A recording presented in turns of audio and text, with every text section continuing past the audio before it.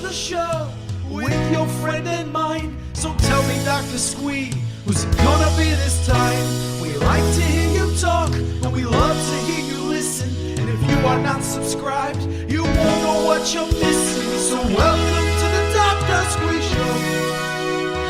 Welcome to the Dr. Squee Show. Welcome to the Dr. Squee Show. Headphones up. Here we go.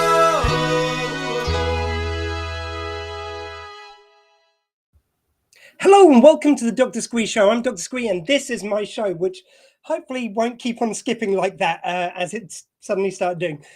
Guys, I'm coming to you from strangely sunny UK where it's nearly at 30 degrees and it's like 8 o'clock here. This is not natural. We may burst into flames at any moment, but we will not worry about that now. I've got a wonderful guest for you. My guest tonight is Toronto's 9-time Queen of Carnival. Her documentary, Becoming a Queen, tells the story of her journey as she and her team makes her final carnival outfit as she strives to make history with a 10th wind.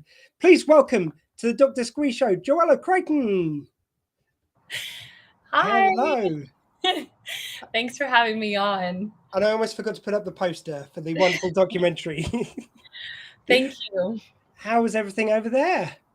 Oh, it's just as hot and just as intense over here with the heat so far. And it's not even summer yet, so we don't know what's down the pipeline.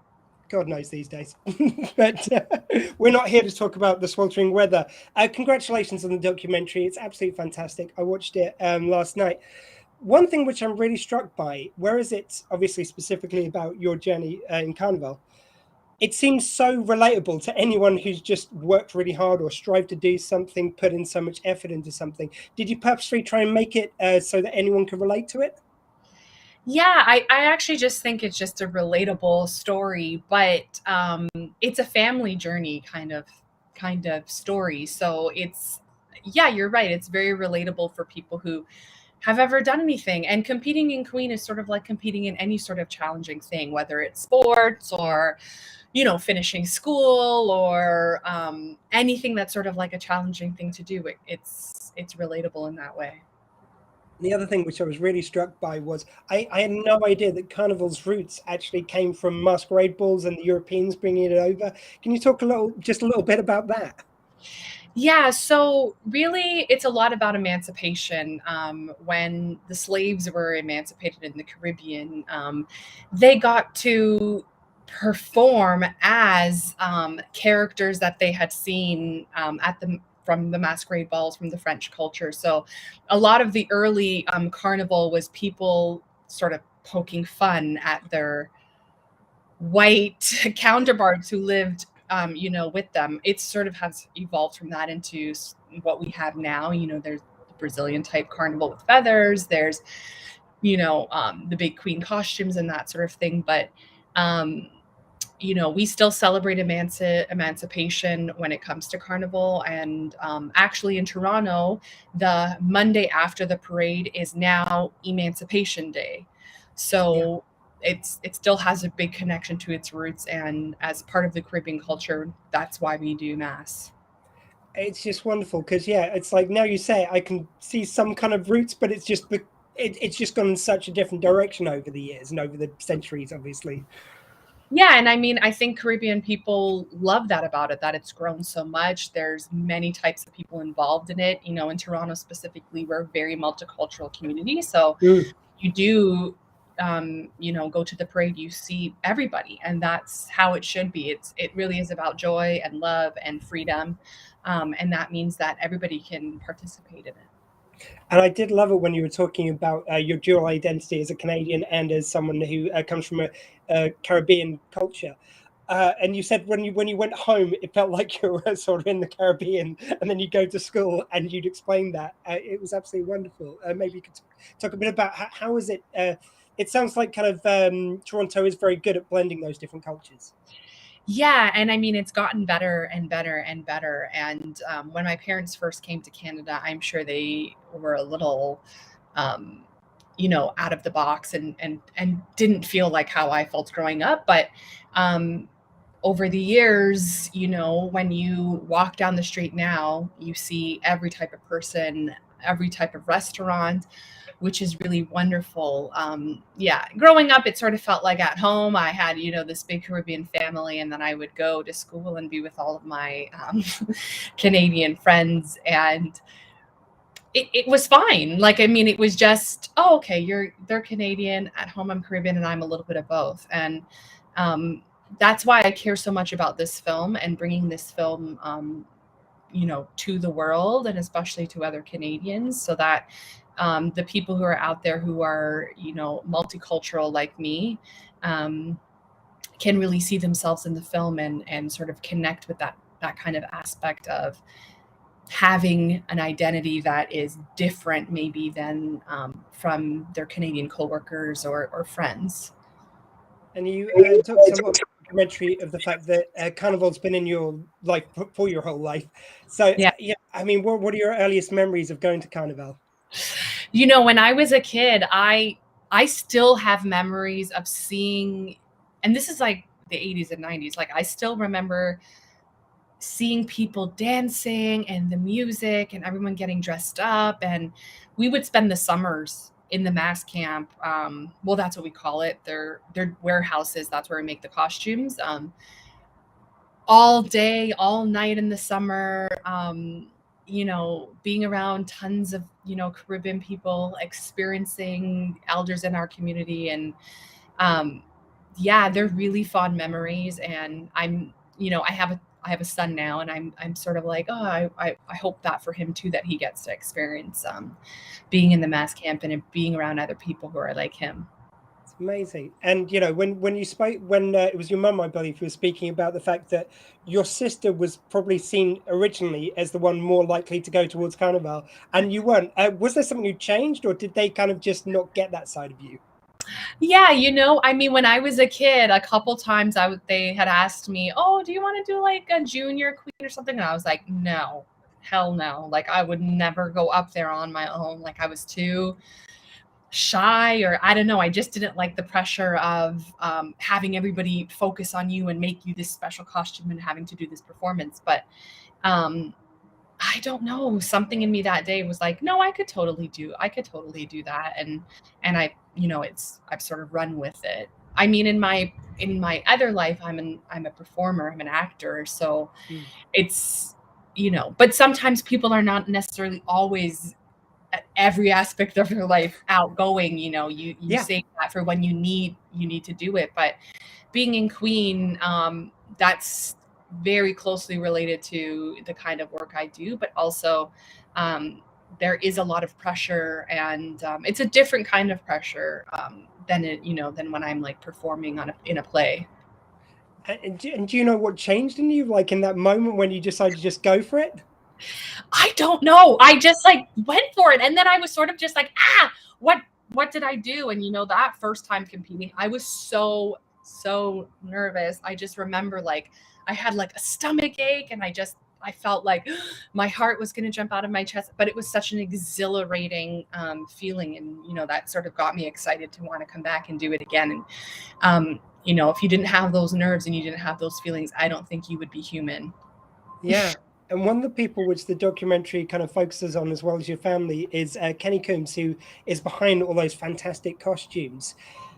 Just speak to us a bit about working with Kenny and kind of your working relationship, making those just wonderful costumes.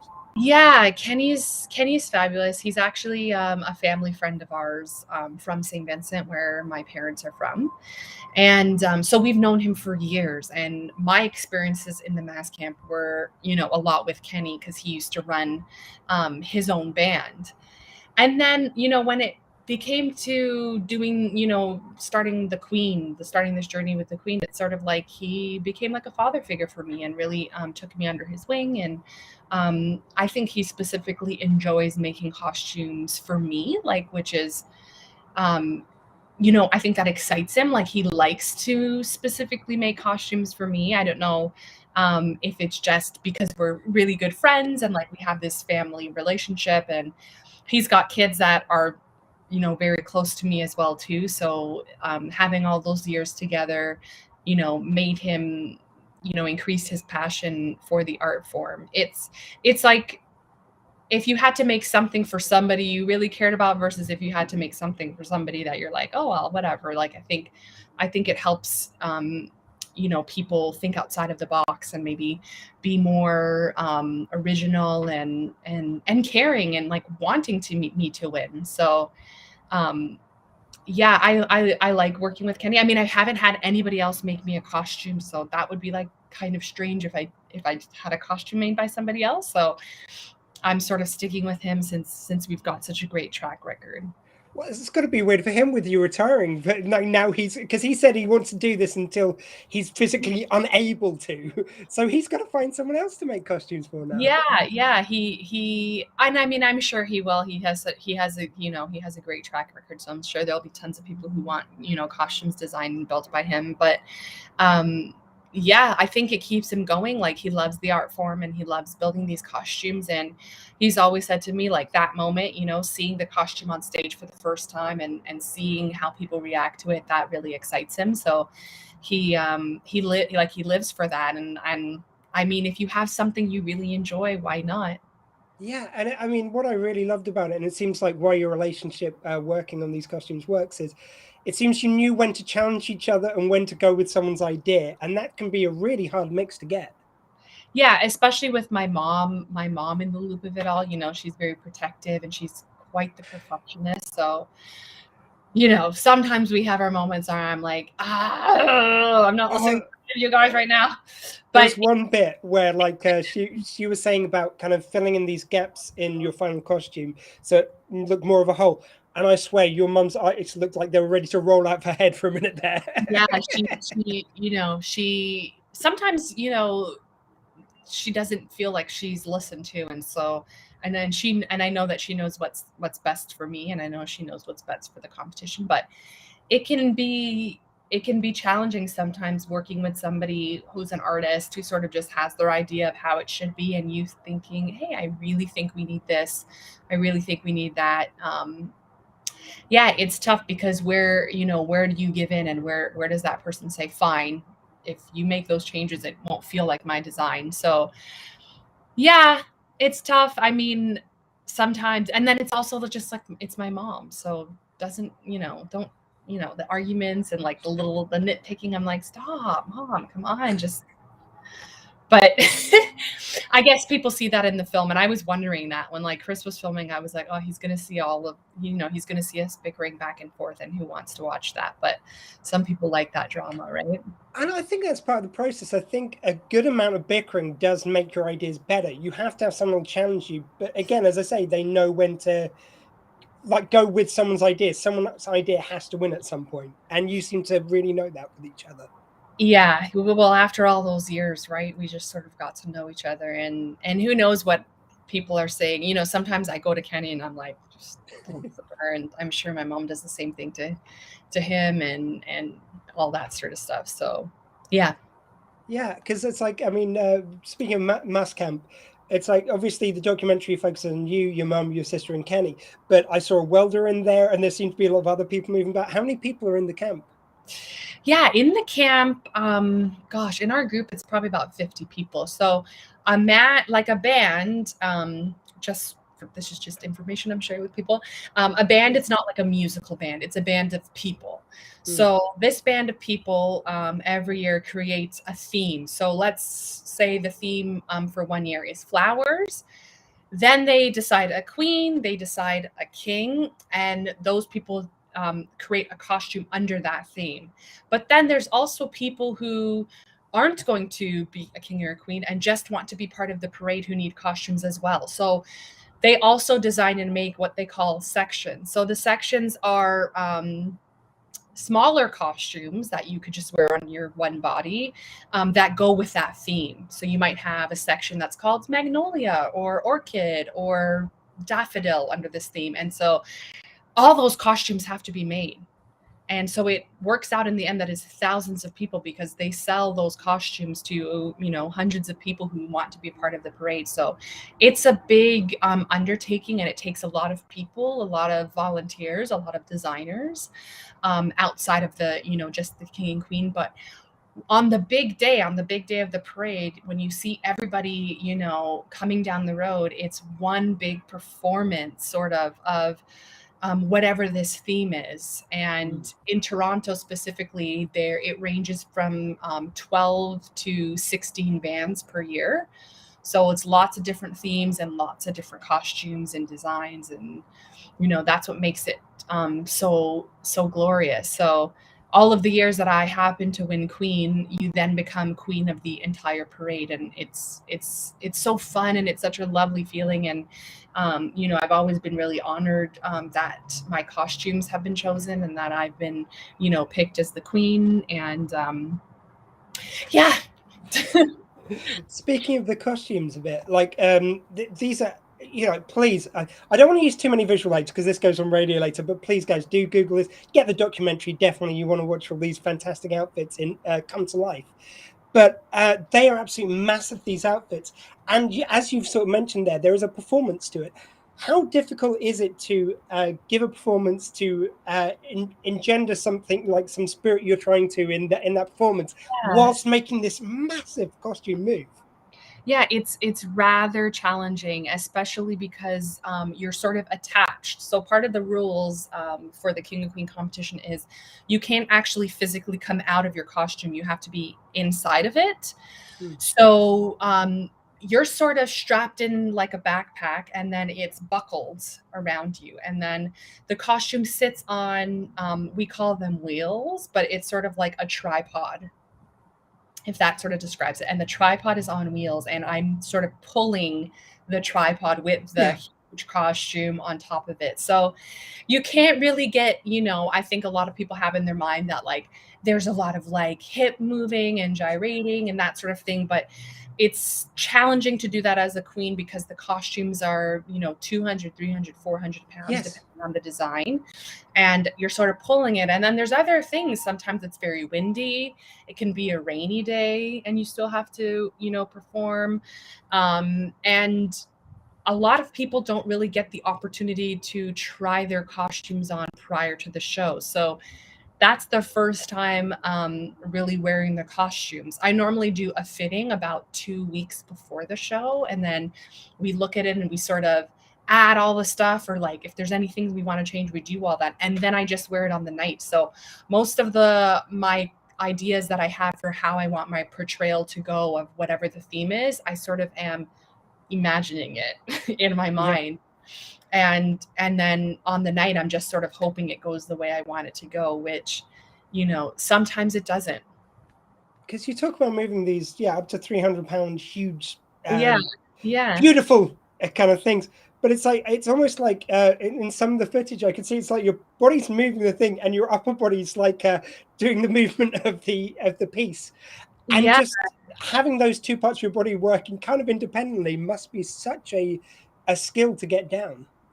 Yeah, it really, if you've never worn one of these costumes, it's sort of something you have to like work up to getting used to, because they require a specific type of movement. And I think, over the years, I've sort of perfected kind of what works for me.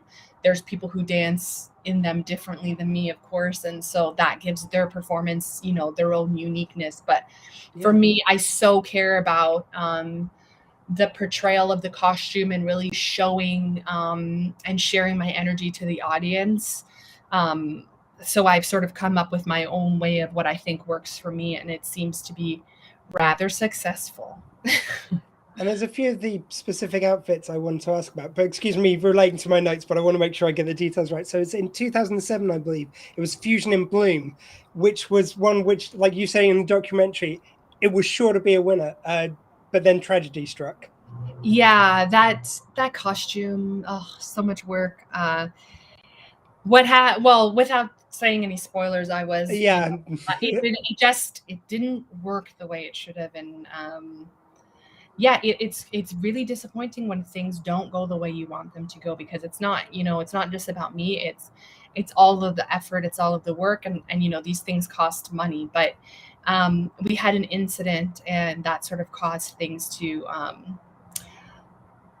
just not go the way we expected. I mean, without spoilers, like that one didn't win that year. But I thought what was really incredible was it was such a beloved outfit that was used in publicity, and there were these cards. I wasn't sure exactly what they were. Sorry, they're little cards they were used on. Okay, so the little cards were for our transit system, which is called the TTC Toronto. Ah, right.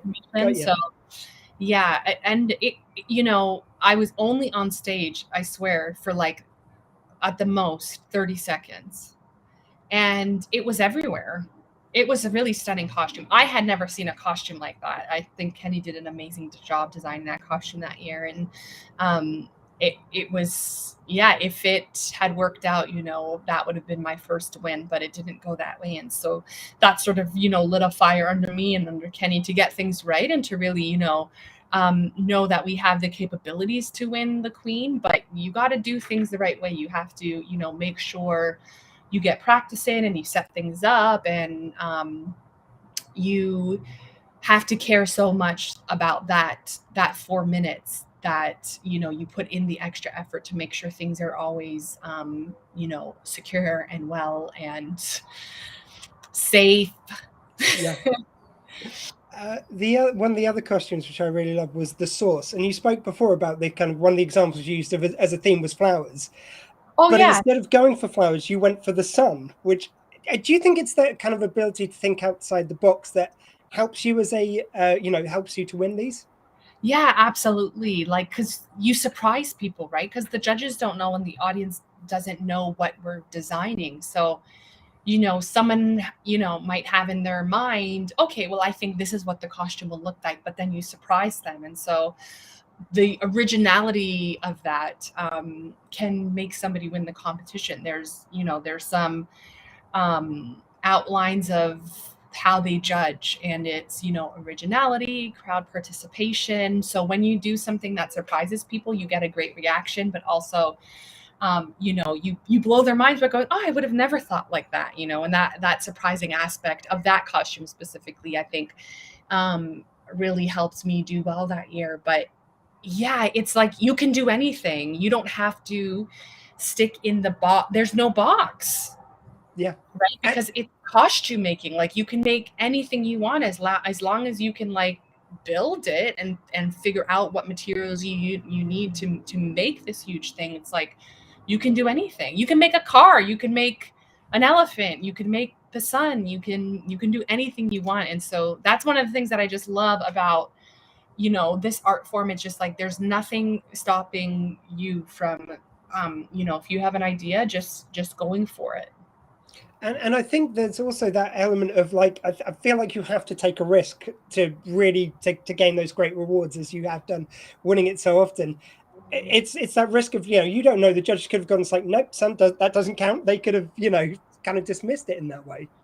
Yeah, and I think too, it's just like if you don't take a risk, then you're not going to surprise the other people, because a lot of times people they want to win, other competitors want to win. And so if you get stuck in the idea of like, what can I do just to beat this person, that sort of makes you try to shape it into a container so that you can go, oh, I want to beat Joella, so like maybe I'll do this year, maybe I'll do this because she kind of did that last year. But thinking outside of the box and taking a risk on something can really make it original. And the people who go to see these shows, they have seen costumes from all over the world, and there's a lot of costumes that look the same.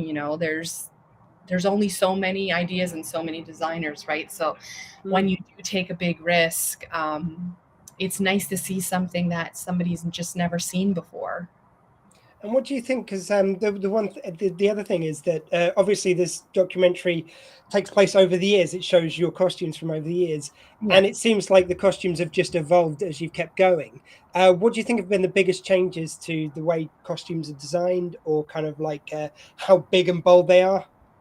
Yeah, I think back years ago in the 80s and stuff, people never made costumes this big. Like they didn't think of the wheels, and they didn't do that before. They used to wear them on their back, so it was a lot smaller because that's all that they could do, because you can't carry something that huge on your back. Yeah. However, here in Toronto, it's like we have the street space. In the Caribbean, sometimes there's wires overhead, the roads are not very wide. So knowing our parade route and knowing the amount of space you have gave people the freedom to go, wait, we have this huge space, like we could totally make something bigger, and something way more elaborate. And so that has pushed people to, think outside of the box on the shape and the design. There's still some competitors who, I use 3 wheels. There's people who use 2 wheels. There's people who still use no wheels. So it's not that because those costumes are smaller that they're not, significant or special in any way. It's just a different kind of performance. It's a different kind of portrayal. But I think for our team, we, Kenny really likes something that's impactful. And I think part of the size and the magnificence of these costumes is that we make them all, they're so huge and there's so much detail. And that's kind of what blows, I think the judges' minds away. It's like, wow, they put so much effort into this huge thing. So. And in 2011, you had your first win with Metamorphosis. What do you think was different that year? What kind of created the winning formula? I think it was sort of just like, let's just do something that we're excited about, that's not too heavy, that I can really portray. And for me, I really wanted to put on a good performance that year, and it felt like me, and it felt like a costume that really fit me well, and I was sort of excited about playing that character. Yeah. So I think that's what did it. But I don't know what's in the judges' mind. So for me, I often, and being like a theater performer, I often just think like, I really just want to put on a really good show. And, the people who come to see the show, they're all sitting there, they've paid for their tickets, they want to be entertained. It's a performance. And so, I try not to worry about the judging, and I try not to worry about what other people have. I just sort of go with my performance. And I think that's sort of what helped on that night. And like winning it 9 times, what keeps the drive alive? What kind of like stops you from getting complacent? How do you keep yourself kind of just reinventing and keeping on winning? I don't know, maybe fear. Because it's like you win so many times in a row, and then you're sort of thinking like, I don't want to lose. I want to continue this reign. Like it's becoming a sort of legacy, even though I didn't intend that. But every year we sort of go back to the table and we kind of think through the things that were good, the things that didn't work out. We have like a bit of a debrief, and it's hard to know who's coming to compete, but we try to imagine what other people will offer, and what other designers are out there. And so we kind of put all that together and think, okay, here's what we think will be the best costume. There's no formula to it. I think it comes down to what the theme for our group is that year, and how can we make a costume that's unique. Yeah, and there was one bit which this was kind of quite a bit into the documentary, so we're already invested in your story quite heavily by this stage. And then you talked about this sort of like, for want of a better term, it's like cattiness, that when you've won so many times, people start casting aspersions, saying it's like, it's somehow rigged or something like that. How hurtful is that in something which seems so community built? Yeah, I mean, it's just rather disappointing, because they all know the work that we put in. We don't have, like, we're not cheating. We're not trying to, sort of pay off the judges in any way. And we do win it fair and square the times that we've won. So it's like someone just taking away all your hard work. It's like, we've worked for months and months on this costume, and every year, the slate's wiped clean. It's anybody's opportunity to win. And so, yeah, I used to feel, like disappointed, because I care about the community and I care about the culture. And if I didn't win, I would I would have still come back. It's not like I had to win, but it just happened that way. And so I wanted to be appreciated too, even though, it's, it seemed rather grand that it was 9 times. But yeah, it's like it all comes from a place of love. We're competitors, of course, on that night, and I'm a competitive person, and that's totally part of it. But after the show, and before the show, and during the year when we're working on our costumes, it's all from love and joy, and part of the culture. So And one thing which you talked about was about the recognition of it, because you talked about the fact that it's arts and craft is the way it kind of gets positioned a lot of the time. It actually reminded me a lot of the fights that cheerleaders in America went through, where they've kind of this huge physicality. They put themselves in great danger where they can get injured and then not be able to kind of like walk for ages. And there is no funding, no recognition of it as a sport. Similarly, in Carnival, there is only prize money for like the winner, like no second place, no third place, and not really any, no funding going towards it. Talk about a bit about that fight that you've gone through. yeah, it's sort of, I guess over the years, people have just felt like it's just an obvious example of racism, because it's something seen as a black thing, it's a black culture thing, but it's still an art form, and the lack of funds and the lack of support will ultimately kill the festival if people don't see it for what it is. It's like I can't make you believe that this is an art form, but often when people do come and see it, they are blown away by that. And it's hard to keep going. It's like, until I kept winning, it's sort of you're just bleeding money and making these costumes, and sort of you're just doing it from your heart. There's nobody supporting you. And so that makes it hard, for a lot of new people to enter, people who have never had this experience to be able to afford to do it. So yeah, it's a tough thing to chat about. I mean, there's a lot of history behind there, and there's a lot of reasons that I don't know really why it's not seen that way. But I think the main thing is sort of just, the lack of support, that the ignorance around why this needs to be supported, and how do I as a person go forward now and help people understand why it is an art form, and why it's not just a huge party. It's actually a representation of emancipation and freedom for Caribbean people, and making costumes is a real thing. Yeah. Is like a real effort and a real artistic thing to do. Yeah, and what I noticed in the documentary, Justin Trudeau coming up to you, and it really felt like that thing of the politicians using the arts to look like they're investing in it without actually putting the money behind it. Is it something you got to speak to him about at all? Yeah, it's sort of just like, and so many people have talked about this, especially, with the film. It's sort of just like, why don't you guys do this? How come the government doesn't support? How come this? And most recently, I found out that there was some funding in Ontario, where Toronto is, and it's called Heritage. And because Caribbean people technically aren't Ontario, like we're all immigrants or whatever, has sort of affected their ability to get this funding. And so how do we prove that we have heritage? And even though this festival has been over 50 years now, I think this year is the 55th year.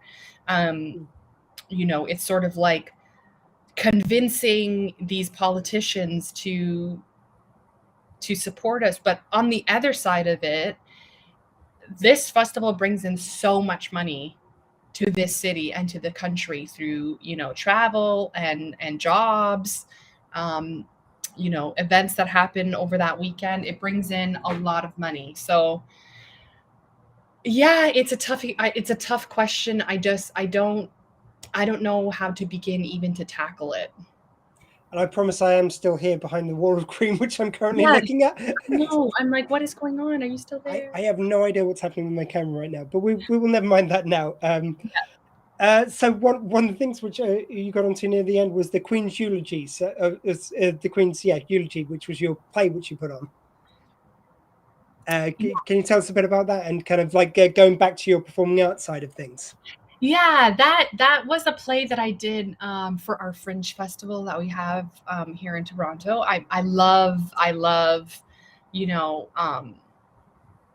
being part of the Fringe, and have always, you know, been excited to do type of, you know, works that are sort of outside of the box. And that had nothing, you know, it was called Queen's Eulogy, but it, like, they did not know that I was the queen or anything like that. Like, had nothing to do with that. It just happened, the play just happened to be called that. So, you know, it's the theater world is sort of just starting to pick up again. I just did a show in May this year, and people are sort of coming back to the theater and wanting to see things. And it's one of the communities, you know, that have not been so well supported during COVID. So there's been a lot of performers who have really struggled during this time because there was very little work. And also there's been a lot of companies that have had to close down because buildings have been lost. And it's really a tough go for the theater community. So there, you know, I it's just one thing I love, but it's just another one of those stories, same as with the carnival, where until the government and our politicians really see this type of work as important and community building and something that we all need, like sharing stories and sharing experiences and seeing art as a very important part of human expression and human happiness, I don't know if they'll ever get the same support. No, it does seem like the arts were, you know, globally just hit the worst by the pandemic, disproportionately, certainly. Yeah, it's even I went to a show last week, and you know the capacity's still 50%. So it's just hard. Like, I mean, it's just hard, and I happen to be involved in this side of things, and it always sort of feels like a fight. And I'm hoping that, you know, artistic people who do work like this sort of have the drive to continue and know that the work that they do is important, and to not feel left out in any way. But it's hard when you're a Black person who's involved in the carnival, when you're an artist, and everything is always just sort of like an uphill battle. And it's like, why? Yeah. And again, I apologize. My camera's just completely switched itself off now, but I am still here, I promise. That's okay. Your last outfit, Harmony. I would imagine it's very difficult when you kind of finally say it's finished. Was that a difficult thing were you trying to add things to try and keep it going, or were you quite pragmatic about that? You know, I'm pretty pragmatic. I think there has to be a point where you're like, this is what we have for now. Yes. There's something we want to add on, like for the parade day, like fine. But